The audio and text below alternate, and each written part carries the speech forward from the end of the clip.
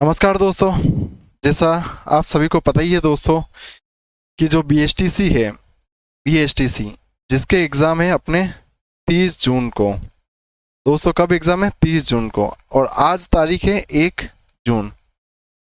तो दोस्तों मात्र आपके पास 30 दिन पड़े हैं अपनी तैयारी को और मजबूत करने के लिए। तो दोस्तों आज से हम Rajasthan GK plus current affairs के 50 क्वेश्चन, आपको 50 एमसीक्यू डेली आपको कराएंगे दोस्तों। तो हमारे चैनल पर ऑनलाइन टीचिंग विद नरेंद्र पर डेली 50 क्वेश्चन का आपको विस्तार से एनालाइज कराएंगे दोस्तों, जो आपके आने वाले एग्जाम में 30 जून को महत्वपूर्ण साबित होंगे दोस्तों।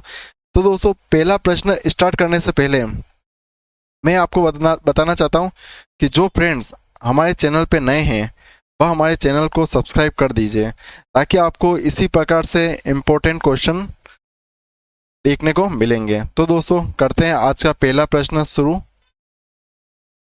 मैं एक बार इन सबको रफ कर लेता हूं। तो दोस्तों आज का अपना पहला प्रश्न क्या हो जाएगा? शाहपुरा में किस संप्रदाय की पीठ स्थित है दोस्तों? आपको बताना है जो शाहपुरा में किस संप्रदाय की पीठ स्थित है। ऑप्शन आपके सामने दे रखे हैं 4। दादू संप्रदाय, वल्लभ संप्रदाय, निम्बार्क संप्रदाय या राम स्नेह संप्रदाय। बताओ दोस्तों इसका सही आंसर क्या होगा। दोस्तों एग्जाम में काफी बार पूछा गया है, इंपॉर्टेंट प्रश्न है, बहुत बार पूछा गया है राम स्नेह संप्रदाय के बारे में। तो इसका सही आंसर हो जाएगा ऑप्शन नंबर डी, राम स्नेह संप्रदाय। दोस्तों यहाँ से प्रश्न और भी पूछे गए हैं दोस्तों कि राम स्नेह संप्रदाय के प्रवर्तक कौन है दोस्तों? फाउंडर कौन है दोस्तों? राम स्नेह संप्रदाय के प्रवर्तक कौन है? रामचरण जी। दोस्तों याद रखना दोस्तों, रामचरण जी।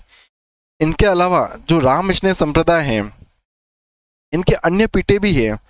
जैसे जो राम स्नेह संप्रदाय है ये तो कहाँ पर है दोस्तों? शाहपुरा में। पहले भीलवाड़ा में थी, लेकिन अभी वर्तमान में शाहपुरा जिले में। इसके अलावा 3 अन्य पीठे भी है। एक तो रेन हो जाएगी जो नागौर में, एक खेड़ापा हो जाएगी दोस्तों जो कहाँ पर है? जोधपुर में, और एक हो जाएगी अपने सियतल जो है अपने बीकानेर में। इस प्रकार से ये दूसरी, तीसरी और ये चौथी, और ये रामकृष्ण संप्रदाय पहली पीठ। ये 4 पीठे हैं शाहपुरा रामकृष्ण संप्रदाय की। तो दोस्तों इसी प्रकार से हम आपको हर प्रश्न का डिटेल से एनालाइज कराएंगे। चलते हैं अगले प्रश्न की ओर। निम्नलिखित में से कौन सी गोवंश की नस्ल नहीं है दोस्तों? प्रश्न में आपसे नहीं पूछा है कि कौन सी नस्ल गोवंश की नहीं है। ऑप्शन आपके सामने दे रखे हैं मालवी, राठी, कांकरेज या बागड़ी। दोस्तों बताओ दोस्तों इसका सही आंसर। अगर दोस्तों इस प्रश्न का आपको आंसर आता है तो कमेंट करके बताओ दोस्तों इसका सही आंसर क्या है।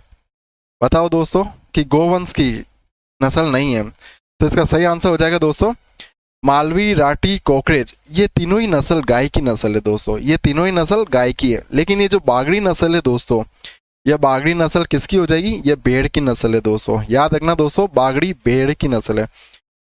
दोस्तों मैं आपको एक ट्रिक बताता हूँ गाय की नस्ल के याद करने की। आपको याद रखना है, क्या ट्रिक हो जाएगी? मेव हरी का सारा माल गिनना था। मेव हरी का सारा माल गिनना था। क्या हो जाएगा दोस्तों? मेव हरी का सारा माल गिनना था। मे से क्या हो जाएगी? एक बार मैं इंक चेंज कर लेता हूं।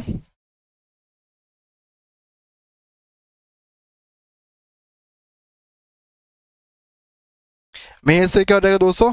मेवाती। क्या हो जाएगा दोस्तों? मे से हो जाएगा मेवाती। ह से क्या हो जाएगा दोस्तों? हरियाणवी। ह से हो जाएगा दोस्तों आपके हरियाणवी। का से हो जाएगा दोस्तों कांकरेज। का से क्या हो जाएगा? कांकरेज। सा से हो जाएगा दोस्तों सांचोरी। क्या होगा सा से? सांचोरी। रा से हो जाएगा दोस्तों राठी। रा से हो जाएगा दोस्तों राठी। माँ से हो जाएगा दोस्तों मालवी। क्या हो जाएगा? माँ से मालवी। और गिर से हो जाएगा दोस्तों, गिर से हो जाएगा गिर नस्ल। कौन सी नस्ल हो जाएगी? गिर नस्ल हो जाएगी। ना से हो जाएगा नागौरी। याद रखना दोस्तों, ना से हो जाएगा नागौरी। और लास्ट हमने जो था है, था से हो जाएगा दोस्तों थार पारकर। क्या हो जाएगा? थार पारकर। इस प्रकार दोस्तों आप गाय की नस्ल को याद रख सकते हैं कि मेव हरि का सारा माल गिनना था।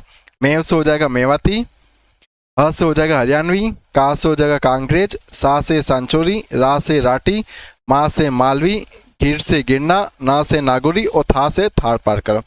बढ़ते हैं अगले प्रश्न की ओर। अगला प्रश्न क्या है? किस संस्कृति को बनास संस्कृति भी कहा जाता है दोस्तों? वेरी वेरी इंपॉर्टेंट क्वेश्चन, बहुत बार एग्जाम में पूछा गया है दोस्तों, ये स्टार लगा देना दोस्तों। अभी बहुत बार पूछा गया प्रश्न है दोस्तों, किस संस्कृति को बनास संस्कृति भी कहा जाता है दोस्तों? ऑप्शन आपके सामने है, बेराट, कालीबंगा, गणेश्वर या आहट सभ्यता। दोस्तों आपको आंसर बताना है। अगर दोस्तों इस प्रश्न का आंसर आपको आता है तो कमेंट में बताएं इसका सही आंसर क्या होगा दोस्तों। तो इसका सही आंसर हो जाएगा बनास संस्कृति दोस्तों। कौन सा? बनास संस्कृति को हम आहट संस्कृति भी कहा जाता है दोस्तों। कौन सी नदी के किनारे बसा हुआ है? प्रश्न पूछा गया है एग्जाम में। जो आहट सभ्यता है कौन सी नदी के किनारे है? यह है दोस्तों कौन सी नदी के किनारे? बेड़च नदी के किनारे यह सभ्यता बसी हुई है। किस जगह? उदयपुर में। अगर जिला आपसे पूछे तो कौन से जिले में? उदयपुर जिले में, बेड़च नदी के किनारे। यहां से एक प्रश्न और पूछा गया एग्जाम में, जो आहट सभ्यता है, आहट सभ्यता की खोज करता कौन है दोस्तों? कमेंट करके बताओ। जो आहट सभ्यता है, आहट सभ्यता के खोज करता कौन है? कौन हो जाएंगे दोस्तों खोज करता? इनके खोज करता हो जाएंगे अक्षय कीर्ति व्यास। याद रखना दोस्तों, अक्षय कीर्ति व्यास और साथ ही में आरसी अग्रवाल, रतन चंद्र अग्रवाल। एग्जाम में बहुत बार पूछा गया है कि आहट सभ्यता के खोज करता कौन है दोस्तों? कौन हो जाएंगे? अक्षय कीर्ति व्यास और आरसी अग्रवाल। अगला प्रश्न, राजस्थान की बांका पट्टी किस समस्या से ग्रसित है? ऑप्शन आपके सामने दे रखे हैं। पहला ऑप्शन चूना पत्थर, दूसरा सूखा अकाल की, तीसरा फ्लोराइड से या चौथा वायु प्रदूषण से। दोस्तों बताओ दोस्तों, जो राजस्थान की बांका पट्टी है किस समस्या से ग्रसित है? ऑप्शन आपके सामने दे रखे हैं 4 और इसका सही आंसर आपको बताना है क्या होगा। तो सही आंसर हो जाएगा दोस्तों ऑप्शन नंबर सी, फ्लोराइड हो जाएगा दोस्तों। क्या हो जाएगा दोस्तों? फ्लोराइड। प्रश्न आपसे पूछे दोस्तों एग्जाम में, इस प्रकार से प्रश्न आए कि बांका पट्टी से कौन से जिले प्रभावित होते हैं दोस्तों? तो आप क्या बताएंगे दोस्तों, कौन से जिले प्रभावित होते हैं? सबसे ज्यादा कौन से जिले प्रभावित होते हैं? नागौर सबसे ज्यादा प्रभावित होते हैं और नागौर के बाद हो जाएगा दोस्तों अजमेर। 2 जिले बांका पट्टी से प्रभावित होते हैं दोस्तों। किससे प्रभावित होते हैं? बांका पट्टी। अगला प्रश्न, किस नदी को बागड़ व काटल की गंगा कहा जाता है दोस्तों? किस नदी को बागड़ व काटल की गंगा कहा जाता है? ऑप्शन आपके सामने है। पहला ऑप्शन हो जाएगा चंबल, दूसरा माही, तीसरा सोम या चौथा जाकम। क्या होगा इसका सही आंसर? कमेंट करके बताओ कि किस नदी को बागड़ व काटल की गंगा कहा जाता है?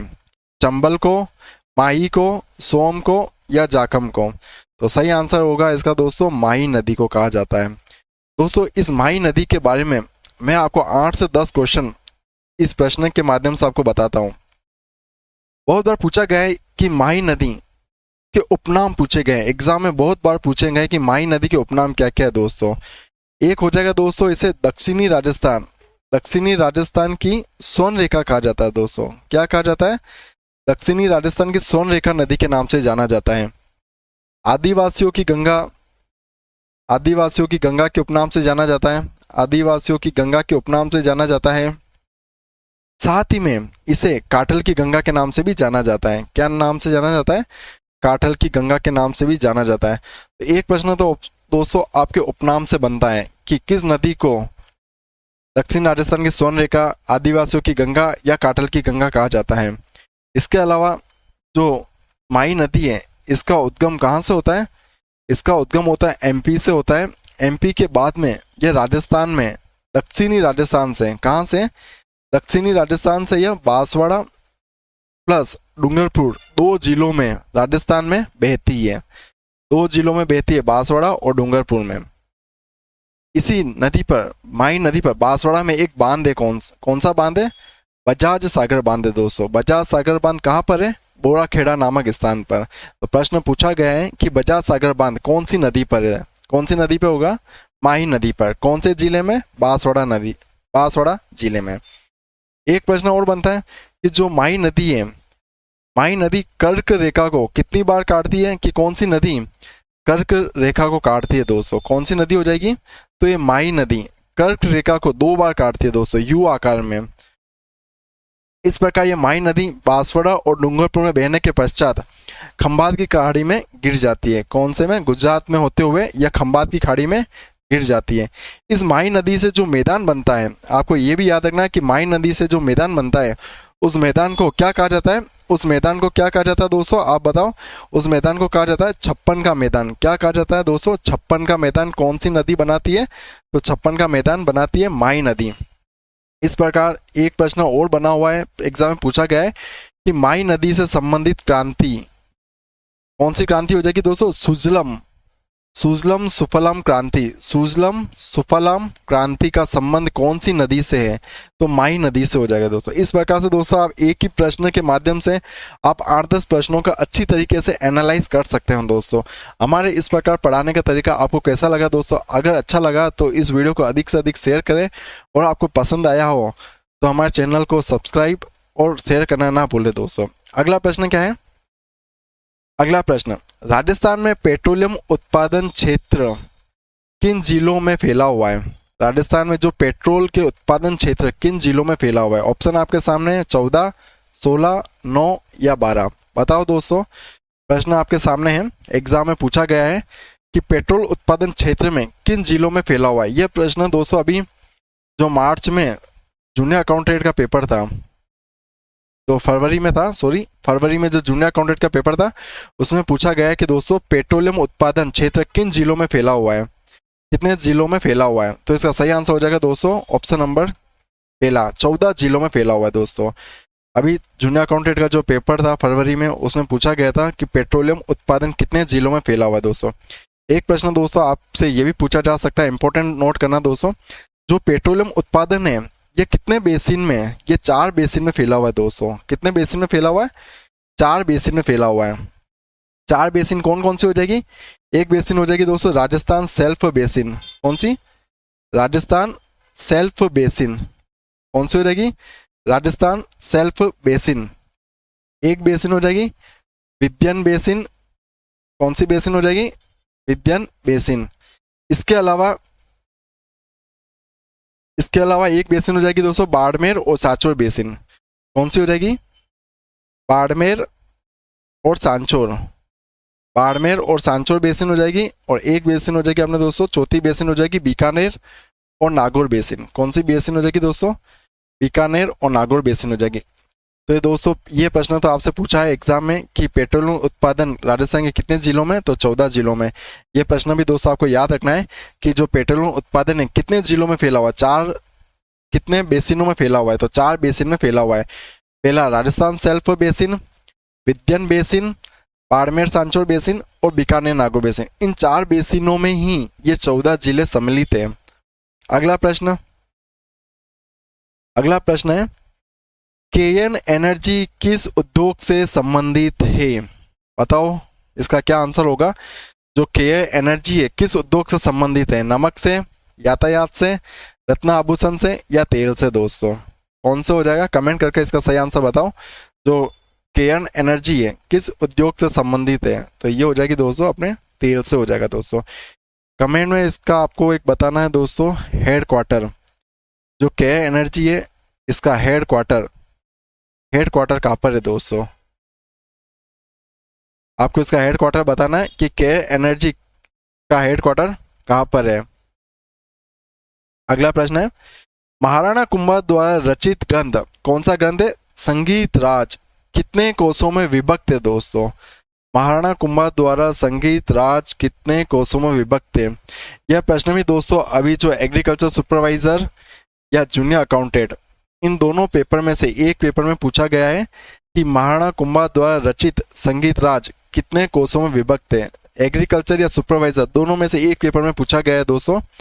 अभी जो फरवरी में पेपर हुआ था तो कितने कोसों में विभक्त है? 7 में, 4 में, 9 में या 5 में दोस्तों? सही आंसर क्या होगा? तो सही आंसर होगा इसका ऑप्शन नंबर डी, 5 कोसों में विभक्त है दोस्तों। अगर दोस्तों ये प्रश्न तो आपसे पूछ लिया, अगर आपसे ये प्रश्न पूछे ये 5 कोस है, इन 5 कोस के नाम क्या है दोस्तों? ये कौन सा प्रश्न पूछे, निम्नलिखित में से कौन सा कोस महाराणा कुंभा द्वारा रचित नहीं है? तो मैं इन 5 कोसों को बता लेता हूं। पहला कोश होगा पाट्य रत्न कोश। कौन सा होगा? पाट्य रत्न कोश। दूसरा होगा नृत्य रत्न कोश। तीसरा गीत रत्न कोश। चौथा हो जाएगा रस रत्न कोश। और 5वां हो जाएगा वाद्य रत्न कोश। तो ये संगीत राज जो है महाराणा कुंभा द्वारा रचित ग्रंथ 5 कोशों में विभक्त है। और ये 5 कोश क्या हो जाएंगे? पाट्य रत्न कोश, नृत्य, गीत, रस और वाद। बढ़ते हैं अगला प्रश्न। दोस्तों हमारे द्वारा बनाया गया वीडियो आपको कैसा लग रहा है? अगर अच्छा लगा है तो इस वीडियो को अधिक से अधिक शेयर और लाइक करें। अगला प्रश्न, दुर्गादास राठौड़ ने मारवाड़ के किस शासक को गद्दी पर बिठाने में सहयोग दिया दोस्तों? कौन हो जाएगा? जसवंत सिंह, अजीत सिंह, अमर सिंह या सूर सिंह दोस्तों? ऑप्शन आपके सामने है और आपको कमेंट करके बताना है दोस्तों कि दुर्गादास राठौड़ ने मारवाड़ के किस शासक को गद्दी पर बिठाने में सहयोग दिया है? तो इसका सही आंसर हो जाएगा दोस्तों अजीत सिंह दोस्तों। प्रश्न में एक आपसे पूछा गया है दोस्तों, एक बार प्रश्न में पूछा है कि कौन से राजा को कान का कच्चा राजा कहा जाता है दोस्तों? कान का, इसका कान का कच्चा राजा किसे कहा जाता है? कान का कच्चा राजा कहा जाता है दोस्तों अजीत सिंह को कहा जाता है। किसने कहा था? तो गौरी शंकर हीराचंद्र ओझा ने कहा था दोस्तों। किसने कहा था? यह गौरी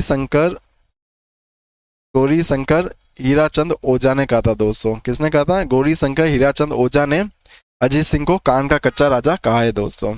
अगला प्रश्न, अंग्रेजों के शासनकाल में राजस्थान में जो पॉलिटिकल रेजिमेंट है उनका मुख्यालय था दोस्तों, कहाँ पर था? आबू में, अजमेर में, कोटा में या नसीराबाद में?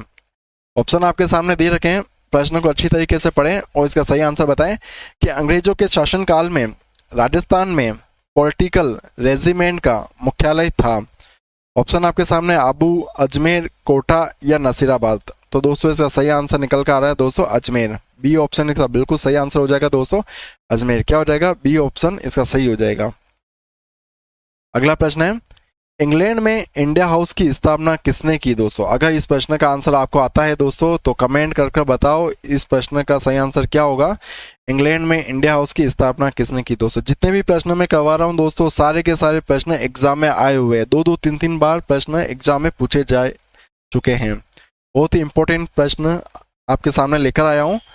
तो इंग्लैंड में इंडिया हाउस की स्थापना किसने की?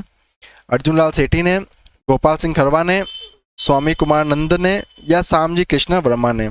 किसने किए दोस्तों? तो इसका सही आंसर है दोस्तों श्यामजी कृष्ण वर्मा ने किए दोस्तों। कब किए? तो ये किए 1905 में किए दोस्तों। कब किए? 1905 में। नेक्स्ट प्रश्न, बिजोलिया ठिकाने का संस्थापक कौन था दोस्तों? ये प्रश्न तो बहुत बार एग्जाम में पूछा गया है, इंपॉर्टेंट लगा दो दोस्तों, डबल स्टार लगा दो, बहुत बार एग्जाम में पूछा गया है। जो बिजोलिया के ठिकानेदार है का संस्थापक कौन था दोस्तों?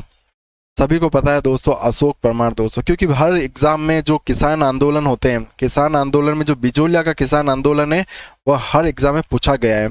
तो बिजोलिया ठिकाने का संस्थापक कौन था दोस्तों? अशोक परमार था दोस्तों। इन्हीं अशोक परमार को राणा सांगा द्वारा, किनके द्वारा दोस्तों? राणा सांगा द्वारा ऊपर माल की जागीर भेंट की थी दोस्तों। एग्जाम में पूछा गया है कि ऊपर माल की जागीर किसको भेंट की गई? अशोक परमार को। किसने की? राणा सांगा ने। इनकी वीरता से पसंद होकर ऊपर माल की जागीर इनको भेंट की थी अशोक परमार को। किसने? राणा सांगा ने। एग्जाम में यह प्रश्न में पूछा गया है कि जो बिजोलिया है, इस बिजोलिया का उपनाम यानी प्राचीन नाम क्या था दोस्तों? क्या नाम था प्राचीन नाम? विजयवल्ली। याद रखना दोस्तों विजयवल्ली। विजयवल्ली किसका प्राचीन नाम था? तो बिजोलिया का प्राचीन नाम विजयवल्ली था। अगले प्रश्न पे बढ़ते हैं। निम्न में से कौन सी संस्था राजस्थान के औद्योगिकी विकास को गति देने में शीर्ष संस्था है? कौन सी ऐसी इंडस्ट्रियल डेवलपमेंट है राजस्थान की संस्था कॉरपोरेशन है जो पहले नंबर पे है? राजस्थान वित्त निगम, रिको, राजसिको या नाबार्ड दोस्तों? बताना है आपको कि जो इंडस्ट्रियल डेवलपमेंट में कौन सी संस्था पहले नंबर पे दोस्तों? तो कौन सी हो जाएगी दोस्तों? रिको हो जाएगी दोस्तों। कौन सी हो जाएगी दोस्तों? रिको। एग्जाम में पूछा गया है कि रिको की स्थापना दोस्तों, रिको की स्थापना 1969 में हुई थी। 1969 28 मार्च 1969 को। और जनवरी जनवरी 1980 को इसका पुनर्गठन किया गया है दोस्तों। जनवरी 1980 को इसका पुनर्गठन किया गया है और इसका नाम परिवर्तित कर क्या कर दिया गया है दोस्तों? इसका नाम परिवर्तित कर रिको का क्या क्या है? राजस्थान राज्य औद्योगिकी, राजस्थान राज्य उद्योग एवं राजस्थान राज्य औद्योगिक, सॉरी दोस्तों, इसको वापस में पुराना नाम याद आ गया, इसको मैं इरेज कर लेता हूं।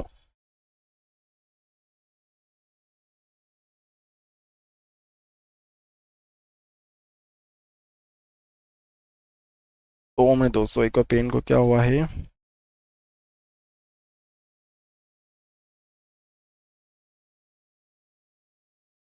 राजस्थान राज्य, 2 मिनट दोस्तों वेट करना।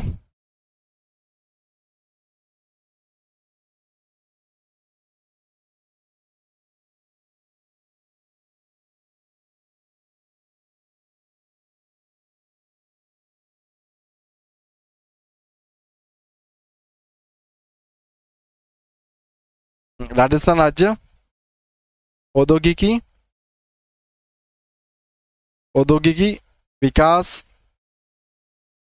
एवं विनियोजन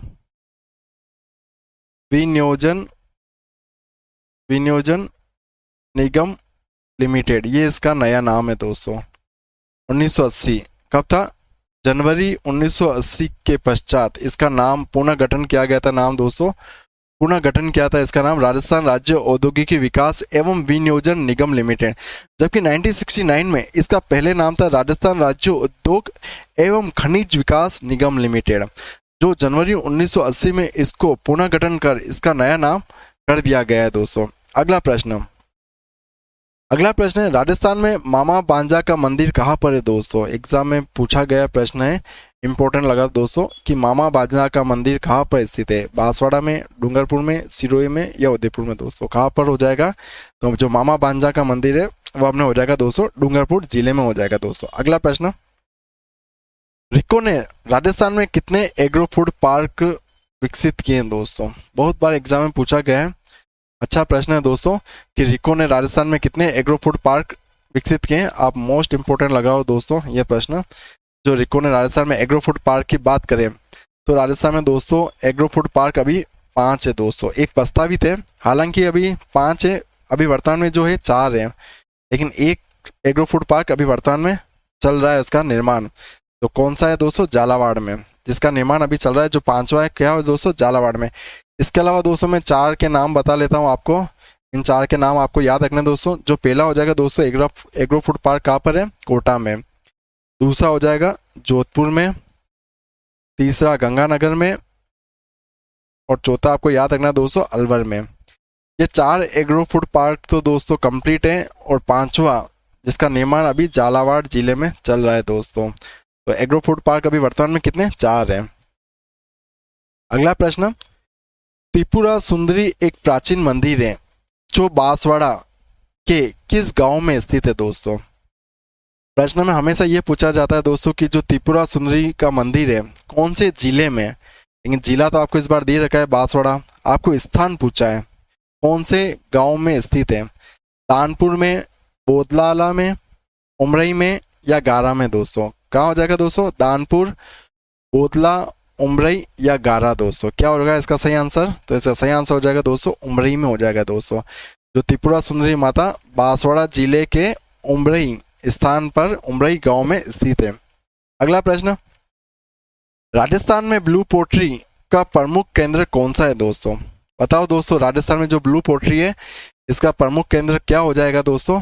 बीकानेर, डूंगरपुर, जयपुर या जैसलमेर दोस्तों? ब्लू पोट्री का प्रश्न बहुत बार एग्जाम में पूछा गया दोस्तों। यहाँ से मैं आपको 6 से 7 प्रश्न अभी इस प्रश्न के माध्यम से आपको बताऊंगा।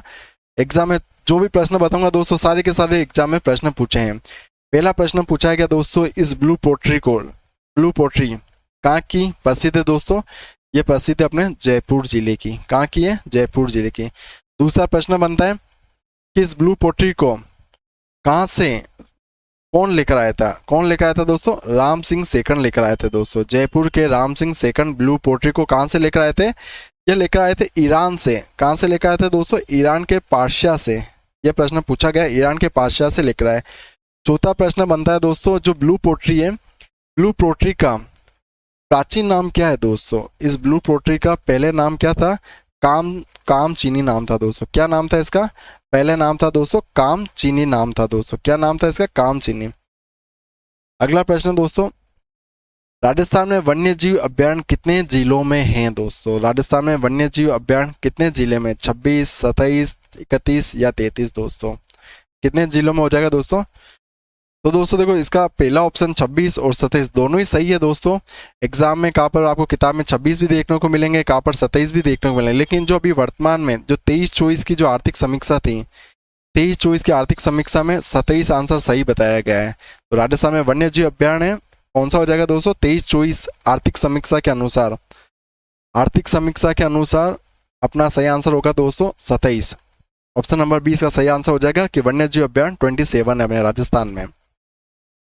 अगला प्रश्न, निम्न में से राजस्थान के कौन से जिले का प्रतीक मोर है दोस्तों? कौन से जिले का प्रतीक मोर है? अजमेर का, हनुमानगढ़ का, दौसा का या भीलवाड़ा का दोस्तों? आपको बताना है इसका सही आंसर क्या होगा। बताओ दोस्तों कि राजस्थान का वह कौन सा जिला है जिसका प्रतीक चिन्ह मोर है दोस्तों? कमेंट करके बताना दोस्तों। इसके अलावा आप आंसर बताओ, तब तक मैं आपको दूसरे ऑप्शन के प्रतीक चिन्ह बताता हूं दोस्तों। जैसे दोस्तों अपने जो अजमेर है, अजमेर का क्या हो जाएगा?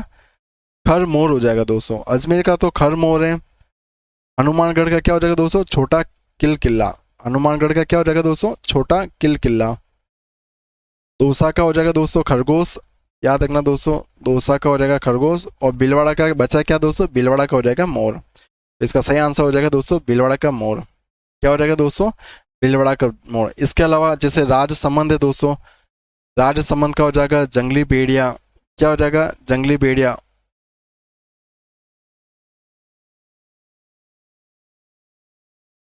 अगले प्रश्न पे बढ़ते हैं दोस्तों। अगला प्रश्न क्या है? अगला प्रश्न, राजस्थान में पर्यटन विभाग की स्थापना हुई थी दोस्तों। क्या है प्रश्न? राजस्थान में पर्यटन विभाग की स्थापना कब हुई दोस्तों? आपको बताना है कि राजस्थान में पर्यटन विभाग की स्थापना कब हुई। 1956 में, 51 में, 52 में या 58 में दोस्तों? जब दोस्तों इस प्रकार के जो सन वाले एग्जाम में प्रश्न आते हैं ना, इन प्रश्नों को बहुत ही सही तरीके से और आराम से करने चाहिए दोस्तों, क्योंकि ये प्रश्न हमेशा सभी के 50% लोगों के गलत होते हैं।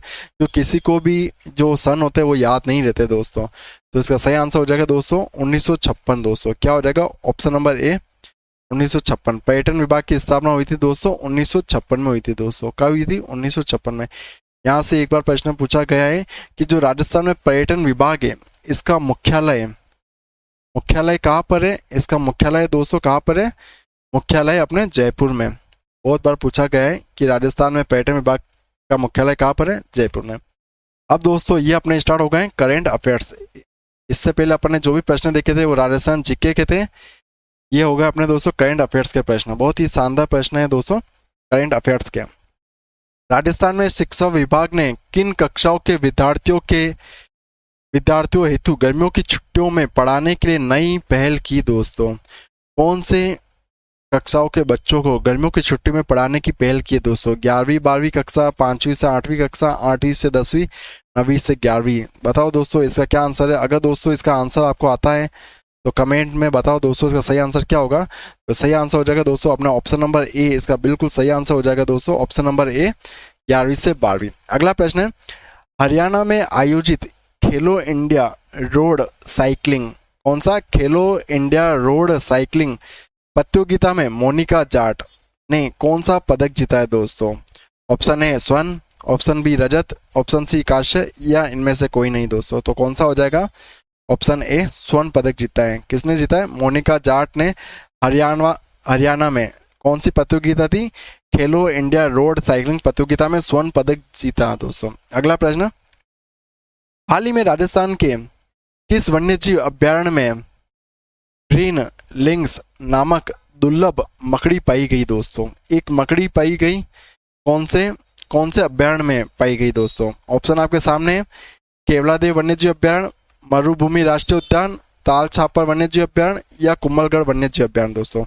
एक प्रश्न तो दोस्तों आपको याद रखना है कि दोस्तों देखो, केवला वन्यजीव अभ्यारण्य भरतपुर में, मरुभूमि जैसलमेर में, ताल छापर चूरू में, कुंभलगढ़ राजसमंद में। 4 प्रश्न तो आपको दोस्तों यहाँ से याद हो गए। अब बताना इसका आपको सही आंसर, तो कौन सा हो जाएगा दोस्तों? इसका सही आंसर हो जाएगा दोस्तों ताल छापर अभ्यारण्य, जो कहाँ पर है? चूरू में। कौन से? ताल छापर अभ्यारण्य जो चूरू में, और जो काले हिरण के लिए प्रसिद्ध है दोस्तों, काले हिरण के लिए प्रसिद्ध अभ्यारण्य है दोस्तों। कौन सा? ताल छापर अभ्यारण्य।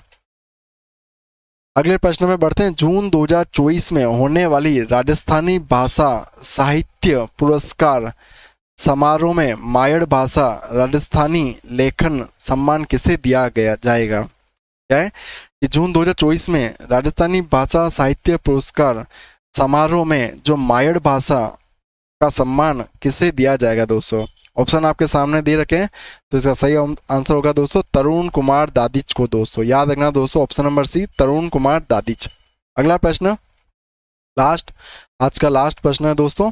हाल ही में नाक से अलगोजा, क्या है दोस्तों? नाक से अलगोजा बजाने के लिए किस प्रसिद्ध कलाकार का नाम इंडिया बुक ऑफ रिकॉर्ड में दर्ज किया गया दोस्तों? इंपॉर्टेंट क्वेश्चन दोस्तों, लगा देना प्रश्न में, वेरी वेरी इंपॉर्टेंट प्रश्न में एग्जाम में आपको देखने को मिलेगा।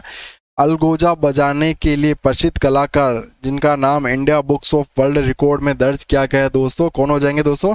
रामनाथ चौधरी दोस्तों। क्या हो जाएगा दोस्तों? रामनाथ चौधरी का नाम, जो अलगोजा बजाते थे दोस्तों नाक से, इनका नाम इंडिया बुक ऑफ रिकॉर्ड में दर्ज किया गया है दोस्तों। तो दोस्तों कमेंट करके बताओ आज की हमारी कक्षा कैसी लगी दोस्तों। अगर आपको हमारी कक्षा पसंद आए दोस्तों, तो हर दिन प्रतिदिन आपके इसी प्रकार से हम MCQ लेकर आएंगे जब तक आपके एग्जाम नहीं हुए दोस्तों। और सारे के सारे एक प्रश्न दोस्तों एग्जाम में पूछे हुए प्रश्न हैं और सब के सब इंपॉर्टेंट है दोस्तों। तो कमेंट करके बताना दोस्तों हमारी क्लास आपको कैसी लगी दोस्तों। वीडियो को सब्सक्राइब करना ना भूले दोस्तों।